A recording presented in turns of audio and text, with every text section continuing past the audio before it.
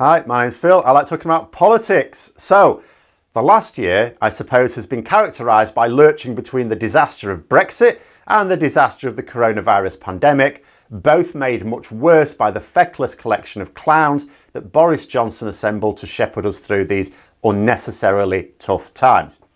But now the two may be combining spectacularly as the government's plans to kickstart the economy in exactly the same way they tried and failed to last year could actually be buggered because of their Brexit policies.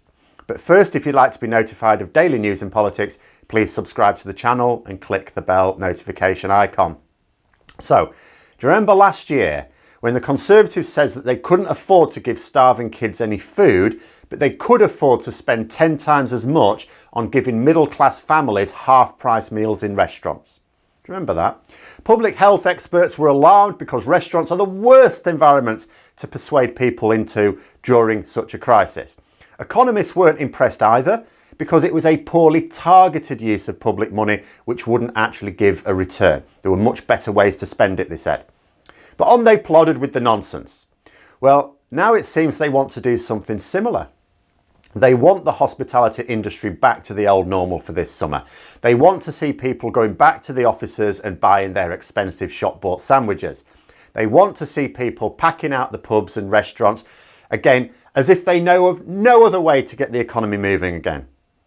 Only there's a large Brexit-shaped hole in their plans. See, at the moment, our government's pandemic response has actually helped disguise some of the impacts of Brexit. Which might sound like an odd thing to say because Brexit has been wall-to-wall bad news so far, but it would have been far, far worse without coronavirus. See, if restrictions are lifted, and the government plans are that they will all be lifted on businesses on June the 21st, I'm not saying there won't be any, behaviour still adopted. I still imagine we should be wearing face masks in shops and so on. But restrictions on business operations will be lifted on June the 21st, unless, of course, one of their pretend reviews delays this. But then the plan is for pubs and restaurants to be fully open. People will be going out and about, whether locally or on holidays, because that'll be fine too. We'll be wanting to persuade people from around the world to visit and bring new and interesting variants of the virus with them. So we're going to need a lot of supplies.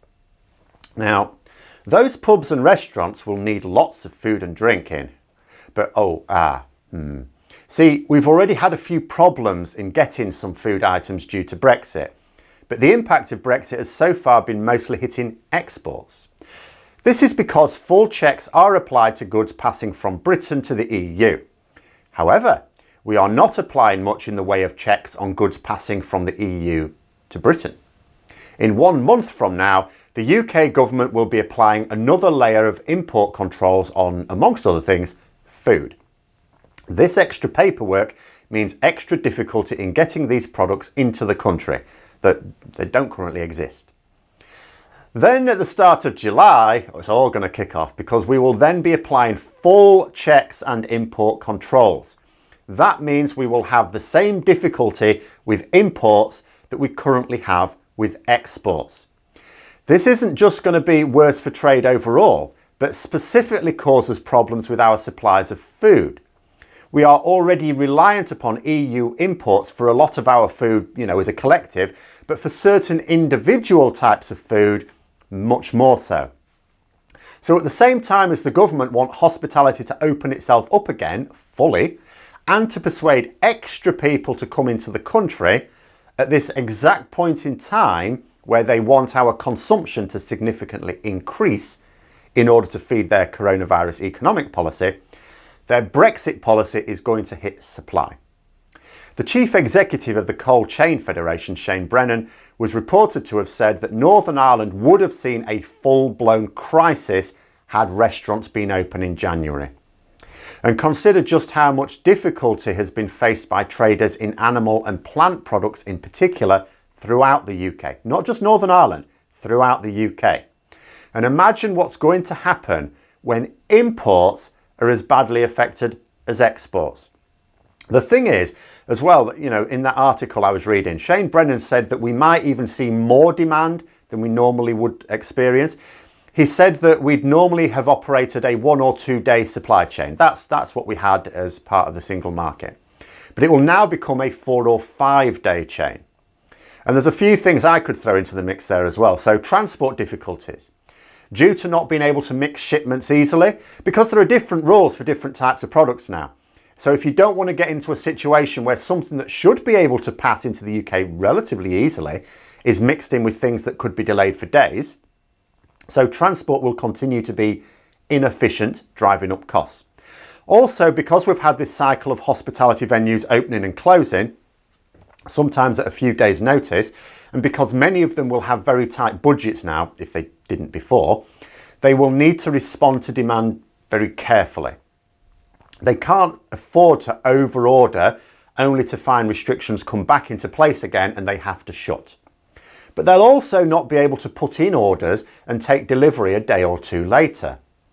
So the situation is that the government will want hospitality to be buzzing again, but they won't be able to get in the supplies to meet demand. A more absurd a case of a right hand not knowing what the left is doing, I can scarcely imagine. The government will get to the end of June and start heavily promoting the idea that we all need to do our civic duty and go out and spend all our money to feed their private contract habit. And yet, the businesses that need to supply this will not be able to meet that demand due to import problems in getting food and drink. I mean, we had some problems in that regard in January, and few of those issues really exist. And that's without the import controls that are going to hit in July. The effect will be to shine a spotlight on exactly what Brexit means. Because what it'll mean is you'll go to the restaurant and you'll find, oh, there's less choice. It means finding certain items or, on the menu are off. Oh, sorry, we haven't had the delivery yet. Not arrived yet. Oh, and another thought actually, because the problems with our exports haven't just been down to new rules or difficulty with transport entirely, those are the problems we're still going to have. But there's also been issues with getting to grips with the paperwork. That's been a key factor. And it's going to take time for people to learn. In a few months' time, we're about to have a load of British businesses suddenly having to get to grips with that Brexit bureaucracy again, just at the point when they're going to have to start opening up to potentially more demand than they've ever experienced. Having the supply chain go from 1 to 2 days to 4 to 5 days will be assuming the paperwork is all correct. What if it isn't? What delays then? Oh, and I'm also going to guess we're not going to have the 50,000 extra customs officials needed to sort this all out by then either. So that'll also be interesting. And this is a sector of our economy that has been very, very badly hit due to the pandemic. It's not like it's riding high on good times and can afford to power through the turbulence on its way. The businesses that haven't already gone under, and there's been several in my area, and I'm sure there are in most people's areas, the ones that are still there are in a fragile state. They are now looking towards a summer when they'll be allowed to operate again, only to discover that they won't have as much to provide their customers with. Unless, of course, I suppose they just decide to serve oysters and lamb, the things we're having difficulty exporting. Actually, just kidding. Most of the oysters that we farm aren't fit for human consumption without treatment, which mostly exists in the EU, where we can't send them because they're not fit for human consumption. But we can still go to the restaurants with lots of lamb on the menu, I suppose.